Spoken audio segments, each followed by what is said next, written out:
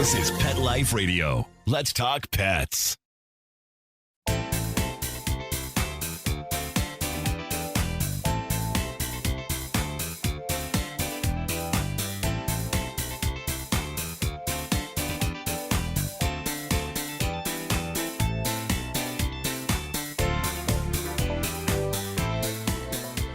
Welcome to Covered in Pet Hair, a boozy web show for pet lovers on Pet Life Radio.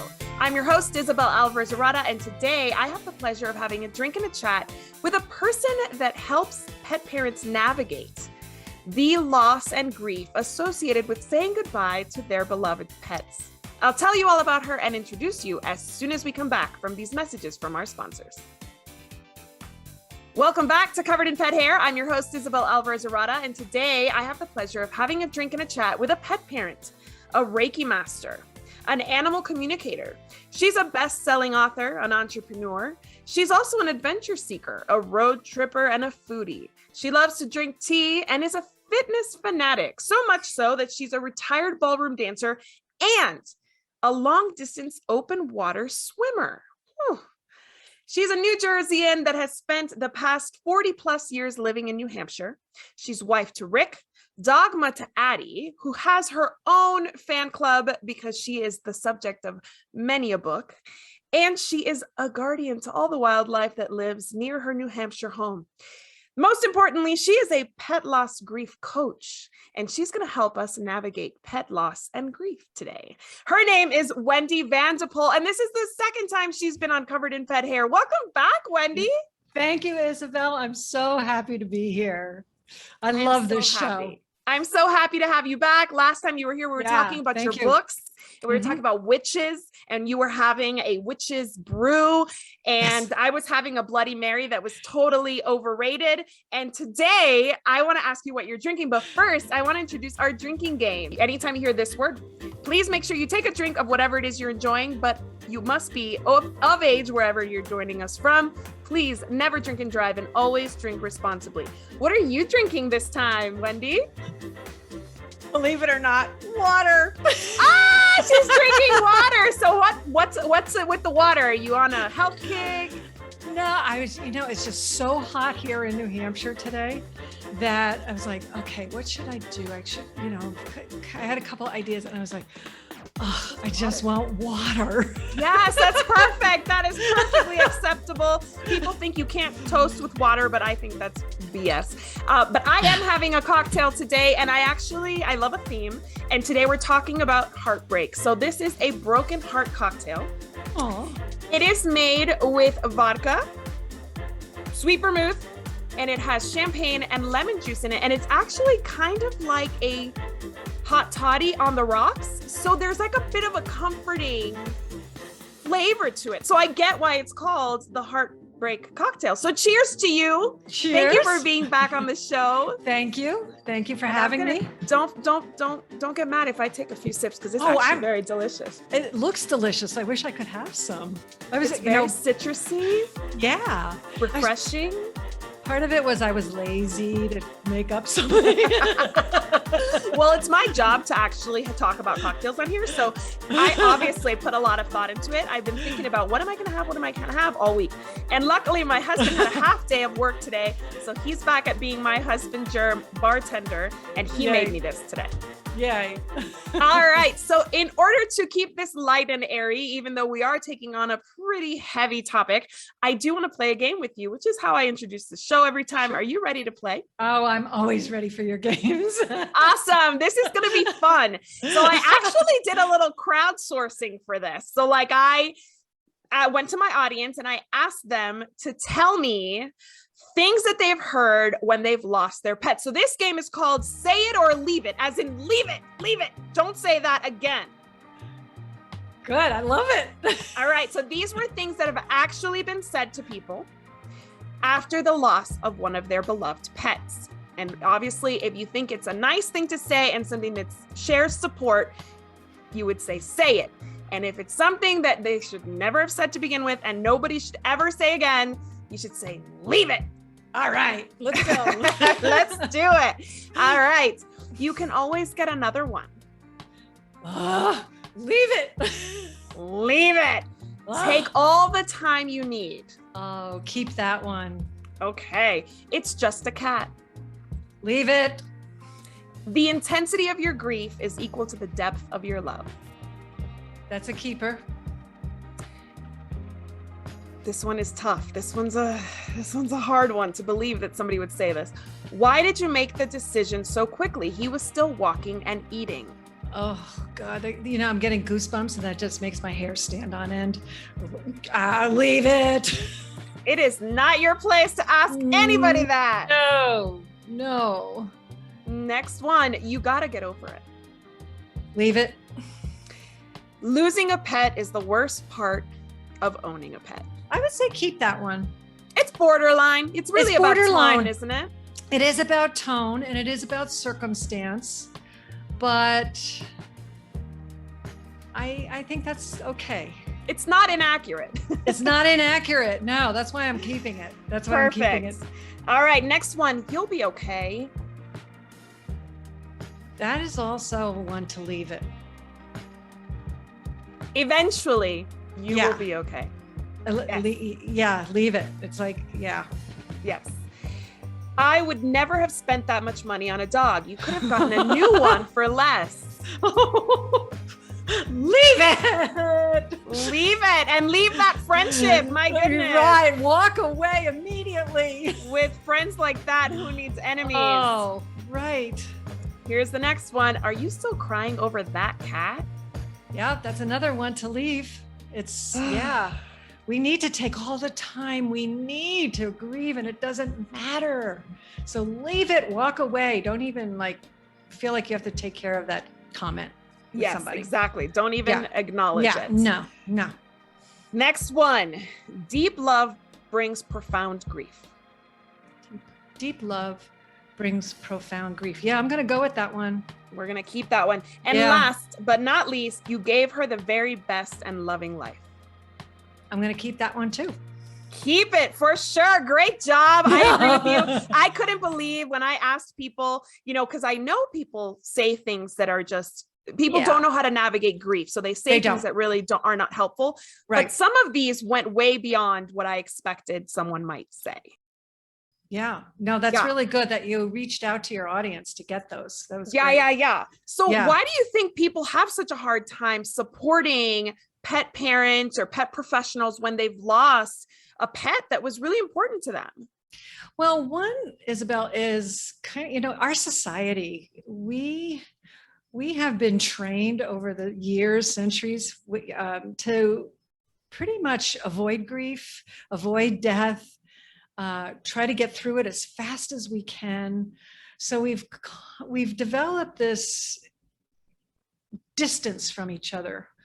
And we don't know what to say. Even though we have the heart and the empathy, we're at loss because we're not trained to support in that way, because we're afraid. We may be afraid of dying. We may be afraid if we say something, we're going to die, but we're not. So it's one of those things that can be very awkward, and because we don't like to feel grief.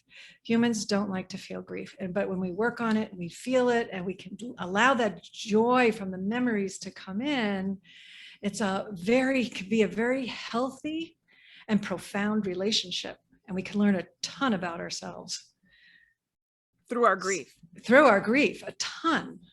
Yeah, I bet. Yeah, I bet. Yeah. So I've seen that it's been said, and I think it's based on research, that losing a pet might actually hurt more than losing a fellow human or loved one. Why do you think that is? The reason why, and I believe that study was done in 2008, if I'm correct.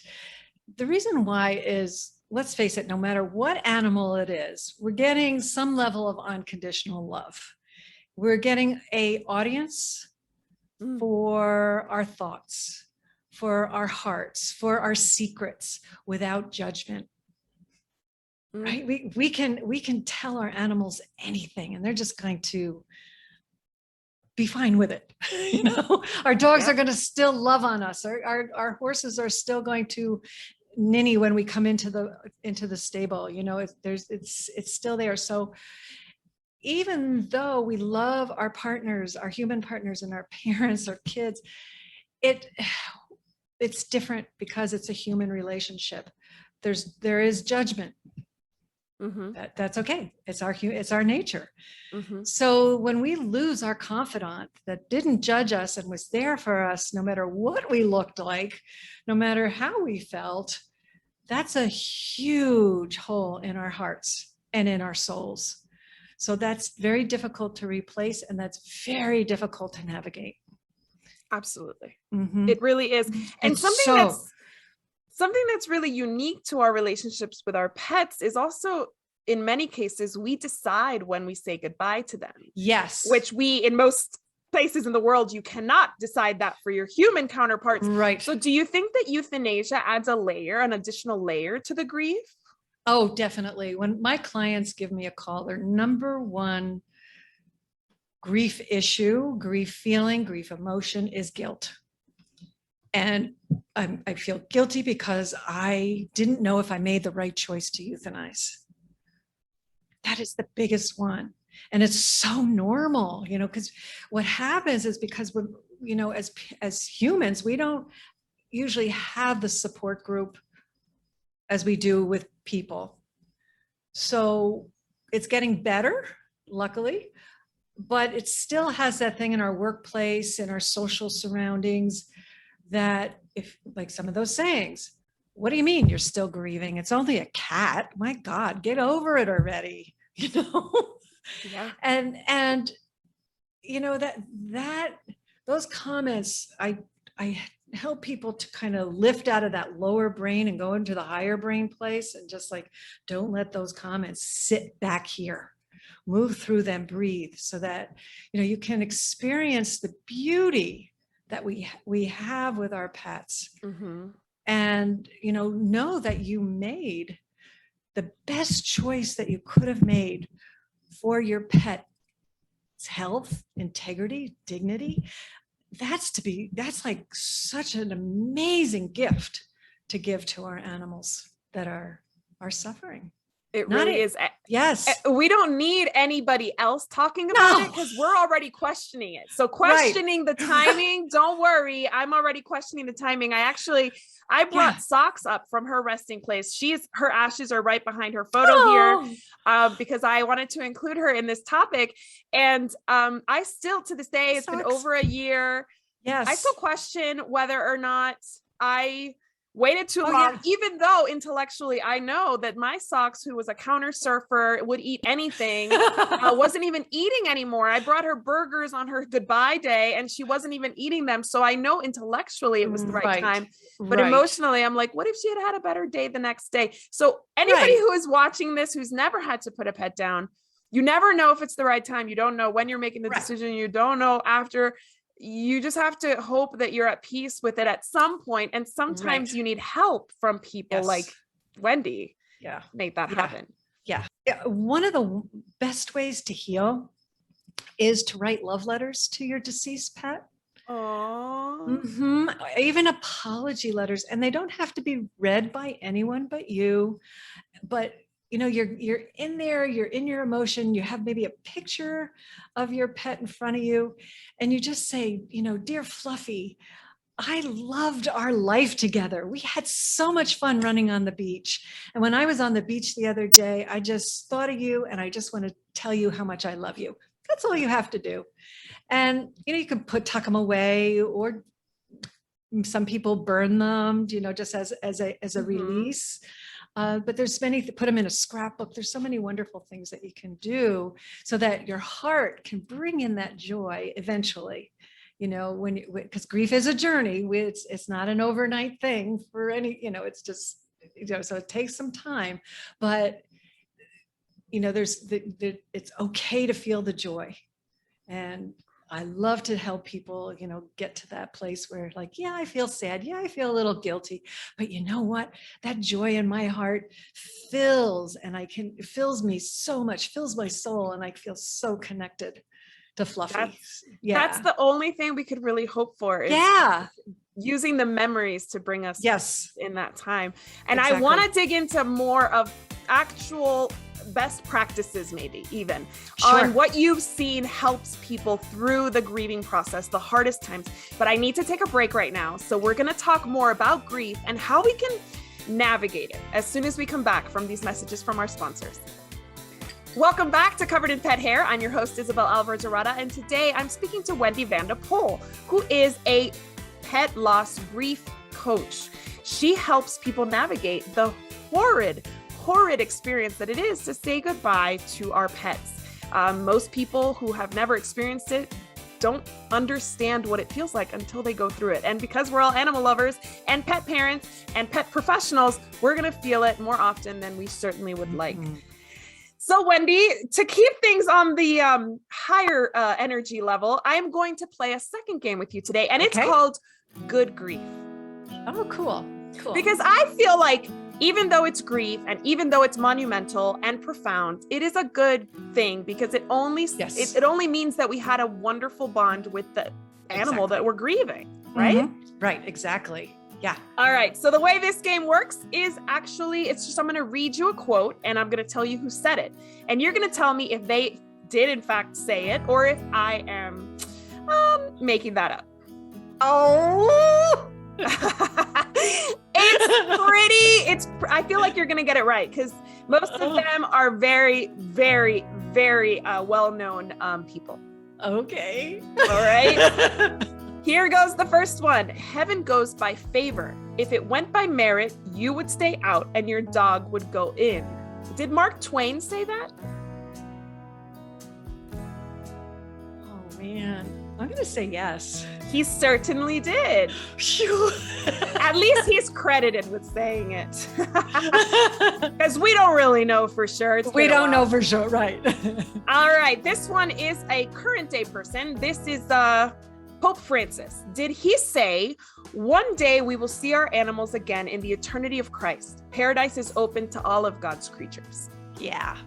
He did. And you know what? I'm Catholic and I loved Pope Francis, but this definitely solidified my love of Pope Francis. The next one. How lucky I am to have something that makes saying goodbye so hard. Did former President Obama say that? No. That's right. Do you know who said it? Oh, I know. I've seen that quote. You have.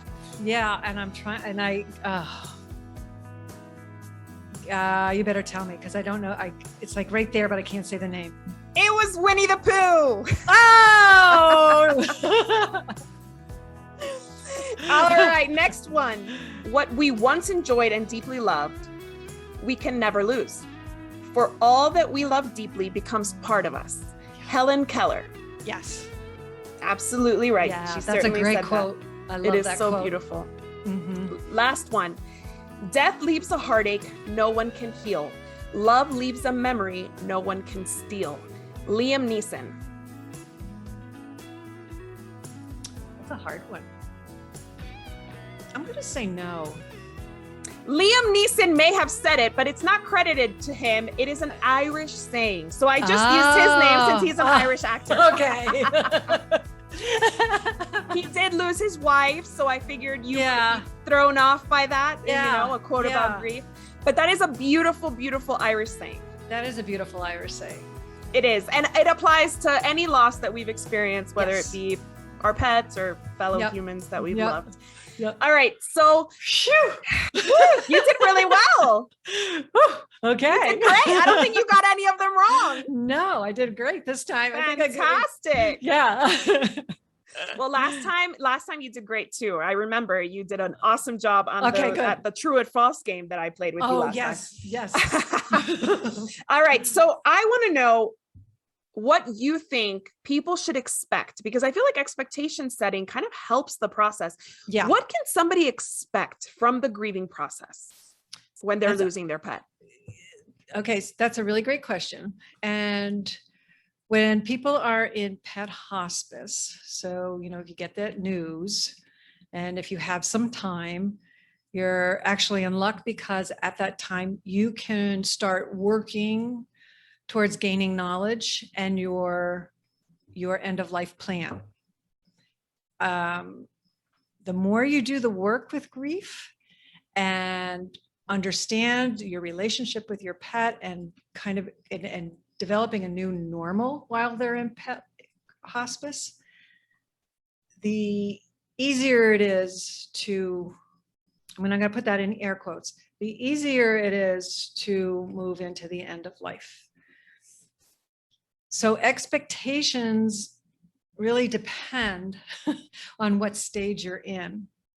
But as a broad kind of umbrella, if you will, things that you can expect is you're going to go on a roller coaster ride, for sure.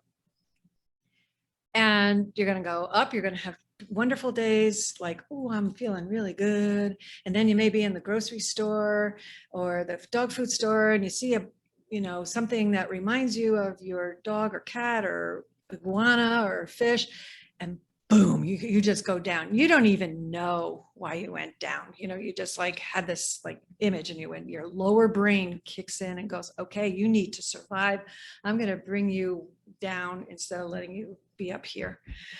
But those places where we go down, that's where you can start building some expectations for healing.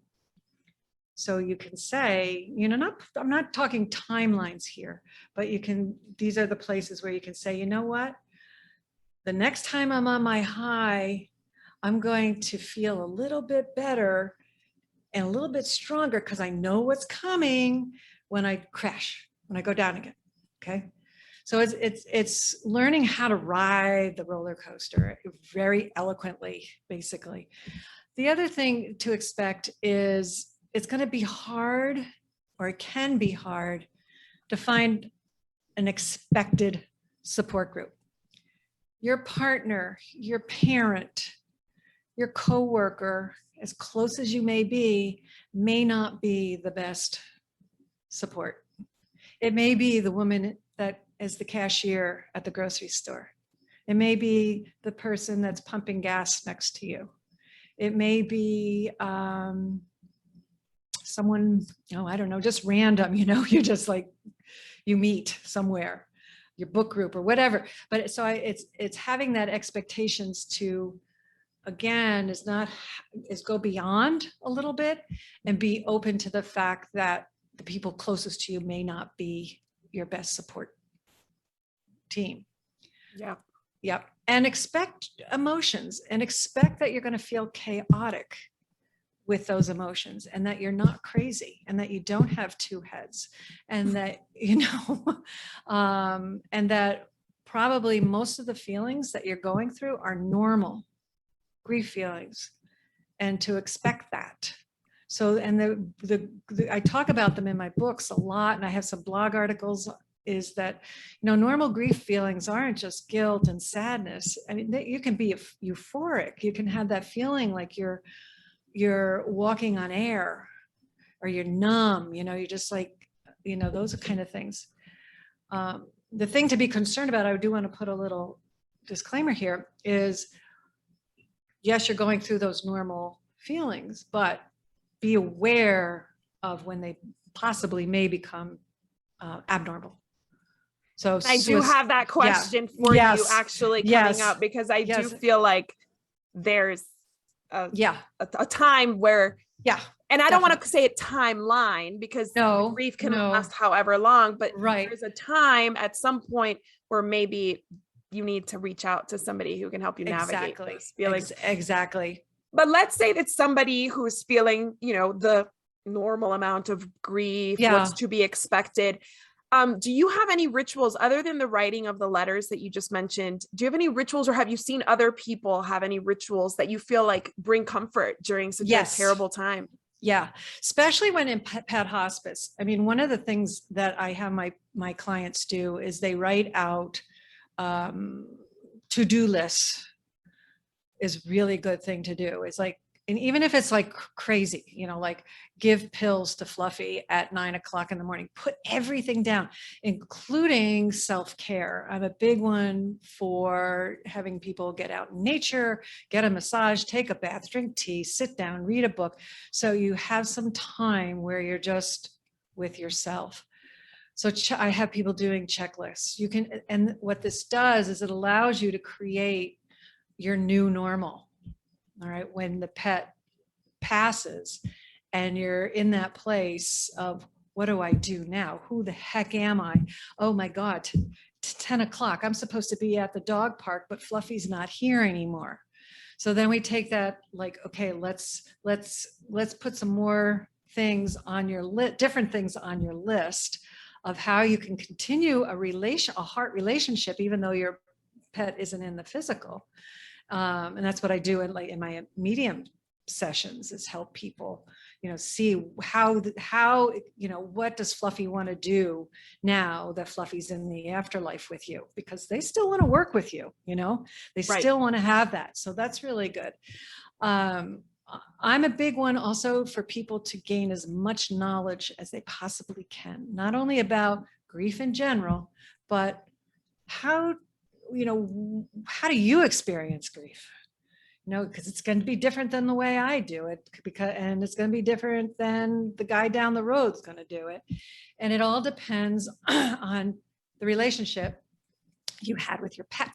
Take some time to find those people that do support you, if that's what you want to do. Some people like to grieve by themselves, and that's fine. But if you want to be more extroverted and talk to people, do your homework. Because there's a lot of people out there that don't have the right training, and they're doing more harm than good. Okay. And just really do your training and don't commit. Try it out. And if it doesn't feel right, trust your gut. If you're in there and you go, this is not for me, don't force yourself to stay. Just keep looking. Sometimes it's a journey. That's a journey in itself. And it may come in little bits here and there. One of my friends actually commented where I asked about what they had experienced. I asked when I crowdsourced these answers, the first game, I asked not only what terrible things they had and non-helpful things they had heard, but also the really good stuff. And somebody commented that they were actually in one of these horrible things that they were told was actually in a pet loss grief group, like a support group. Yeah. And so you're right. Like, just because it sounds like it should be helpful doesn't mean that it will be.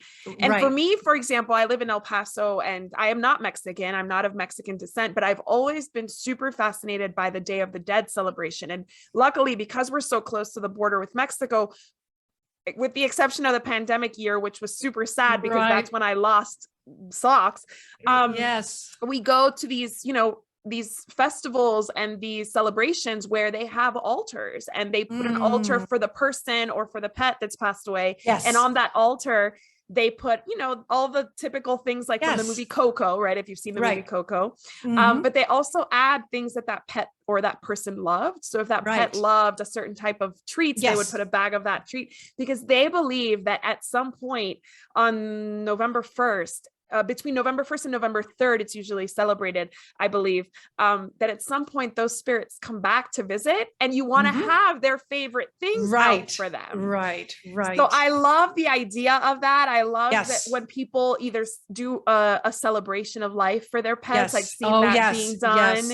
That's another thing. I love that we can do things maybe on our own. You can, you don't need a whole audience to create a little altar at home.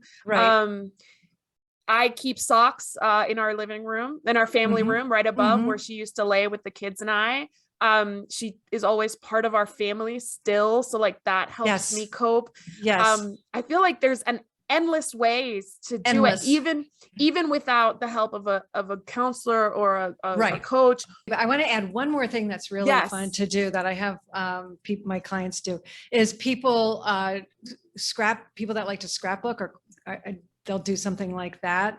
The altars are a great idea, but also saving pieces. Like, you don't have to go and throw out everything. Save the water bowls, save the collars. I mean, when I am going to add a little personal story, when my dog Marley died, I wore her collar around my wrist And that was my, for a really long time. And it was just so comforting to me. So, it's like, be creative. That's really important to do, is be creative with how you want to mourn the loss of your pet.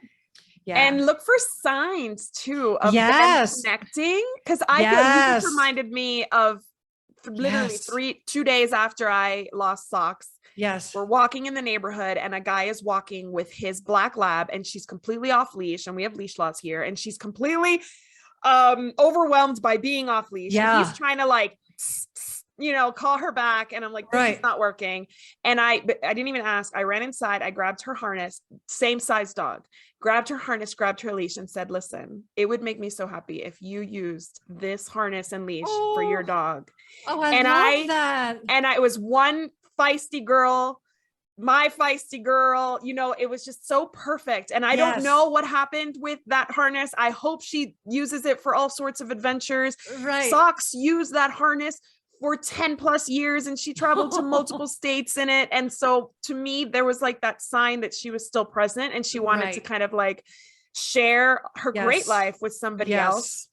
So look for the signs. I feel like it's so comforting, right? It's so comforting. Like, so many people will like see a shadow right after they die, or hear a bark, or even laying in bed. I've had clients that like, I can feel, them spooning me. And it's like, yeah, that's real. They do come back. They do have messages for us, and they do keep watching us and working with us to become better humans when they pass. And those soul messages are so healing for people. It's great. They really are. Yeah. But what happens when somebody can't get past it? What happens if, first of all, I want to know what you consider a sign to be that you need to look for more help. Yeah. And what that help kind of looks like. Okay. Okay. So when I have a client, I haven't had many, but I had one that was suicidal.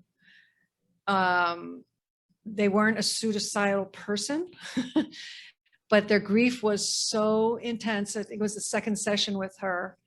And that's when I said, you really need to take this another level. I'm a coach. I'm not a therapist. So, I recommended her to find somebody that could understand, somebody that had empathy and kindness.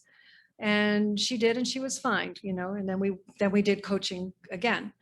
The other thing that's the obvious, but some of the less obvious ones are, say you're a really extroverted person and you, after 2 weeks, 3 weeks, maybe even 4, you're not going out, you're not reaching out, you're not answering your phone, you're not answering emails.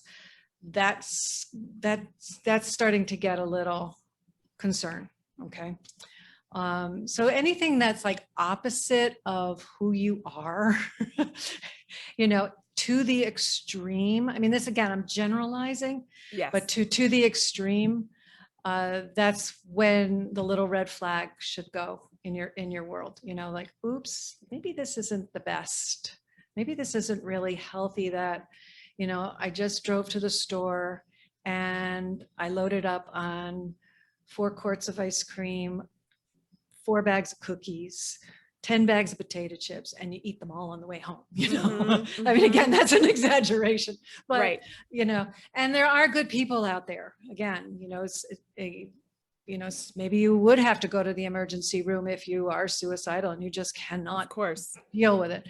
But there are good therapists out there that are trained as pet loss people, and their whole thing is not to just fix you, is they want to help you reach your goals and help you go through this journey.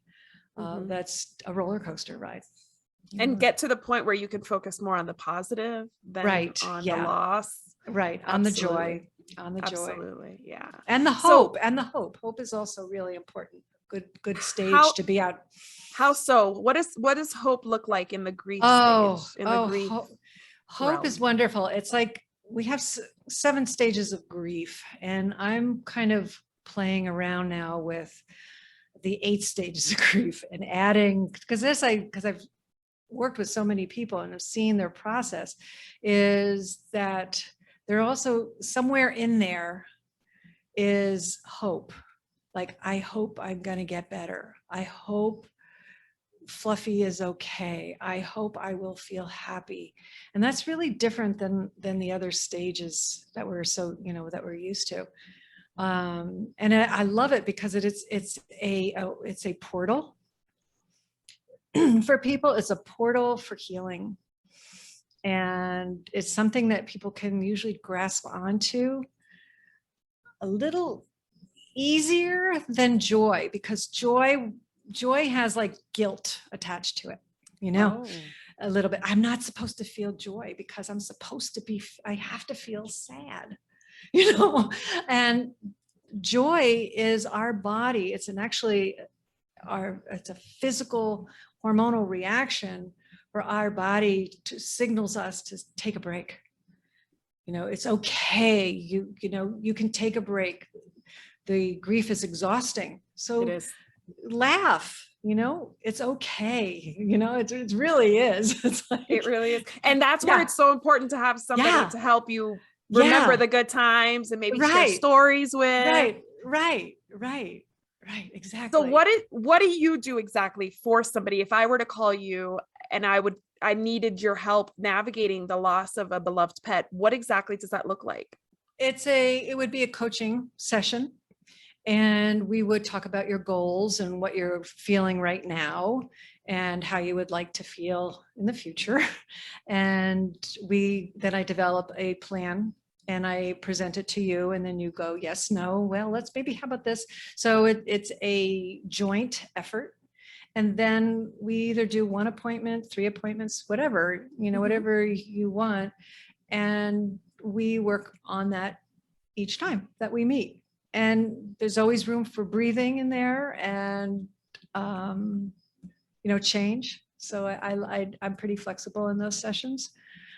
People also call me for mediumship too. So when they want to contact their pet in the afterlife. What does that look like? Oh, that's fun. That is just, I usually start crying during those because they're so profound. So when somebody calls me, I connect in with my guides, their guides, and the pet's guides. So it's a 3-way conversation. I'm kind of just the conduit. And we start with 1 question to just bring the animal in. And then the animal usually loves to talk. I've very rarely, I think twice in my 20 plus years of doing this, I probably have had 2 animals that didn't want to talk. And they can be real chatterboxes. And so that takes anywhere from 15, 20 minutes for them to just talk about loving or, change, what their parent has to look for and there's just a lot of healing in there. Life lessons that they each taught each other. And then the rest of the appointment is open up for conversation. So any questions that the animal may not have addressed, topics, then people have the chance to ask the questions or say they're sorry or tell them they love them. And it's the healing that takes place is remarkable. It's really beautiful. I imagine that if somebody feels guilt about having made the decision to euthanize, they can clear that up. Yes, they can. Yep. Yeah. That's what I imagine that would be very helpful. Yes, it is. It's very, very helpful. Just because I'm into logistics and this is just who I am. Is there a time between when we say goodbye and when it's ideal to check in with our pets once they've passed to the other side? Again, it depends on the pet, but I go by no, it's not. But I do tell my people that if they contact me within 2 weeks of the passing, what I do is very quickly, I just tune into, if I ask for permission first, I tune into the animal and I say, are you ready to talk yet? Because the way I have been taught by my guides is there's a 2-week period, the transition period. So doing a lot of work and resting, and they're in and out, they're looking at you, they're kind of coming back to planet Earth and spirit, and then zipping back up into the transition. So that can take anywhere from nanoseconds to 2 weeks. I've never had an animal longer than 2 weeks. I do sessions during those 2 weeks. Again, if I get permission from the animal, because sometimes the animal is tired. Yep. And so their transition is weak, and I don't want to waste people's money. You know what I mean? Yeah. No, I want excuse me. You want to be able to answer the questions they have and connect them. Yeah. But sometimes the grief is, and they really want to know, and that's fine. And the animal says it's okay. But what happens is they come in, it's boom, this is what I'm going to give you. Then they go, I have to rest. The rest may take, a minute or so. And then they come back in again. So what I do with those types of sessions is when the animal is, I would say to the client, your animal needs to rest right now. So let's talk about some grief. So I kind of put two hats on during those sessions. Those are like the hybrid sessions. Yeah. Is there a time when we're too, like the pain is too raw yet before we call you? No? Okay. That's good to know. No. I'm here. My job in this world is to create the space and the safety for people. It's really important. Yeah. At least they'll leave the call maybe without answers they hoped for, but feeling a little bit more positive. Yeah, like somebody listened to them. Yeah. Somebody who gets it and doesn't say the crazy things that we just discussed. Right. So tell us, how can our listeners on Pet Life Radio and our viewers on YouTube get in touch with you if they're feeling like they want to, have you help them along this journey? Yes. I would suggest going to my website, and it's www.centerforpetlossgrief.com, and you'll see the contact area, but there's a lot of stuff on that website that you can spend hours on my website. All the stuff I have on there. You do have a ton of resources. You've written multiple books, especially exactly on this topic. So I highly recommend you do spend some hours on Wendy's website. I would love to talk to you more about this because I really could talk about this all day. It's such an important topic. But I just want to propose a toast to you for taking the time to chat with me again. Thank you, my dear. It's always a pleasure. It's such a pleasure to chat with you every time. I also want to propose a toast to our executive producer, Mark Winter, for making this show possible. Mark. And to our viewers on YouTube and our listeners on Pet Life Radio. Thank you for spending your time with me and with Wendy once again. Yes. Here's to a life covered in pet hair, because there's no better way to live. Cheers. Cheers. If you want to learn more about Covered in Pet Hair, please visit coveredinpethair.com or petliferadio.com. Thanks for watching, and we'll see you next time. Let's Talk Pets, every week on demand, only on PetLifeRadio.com.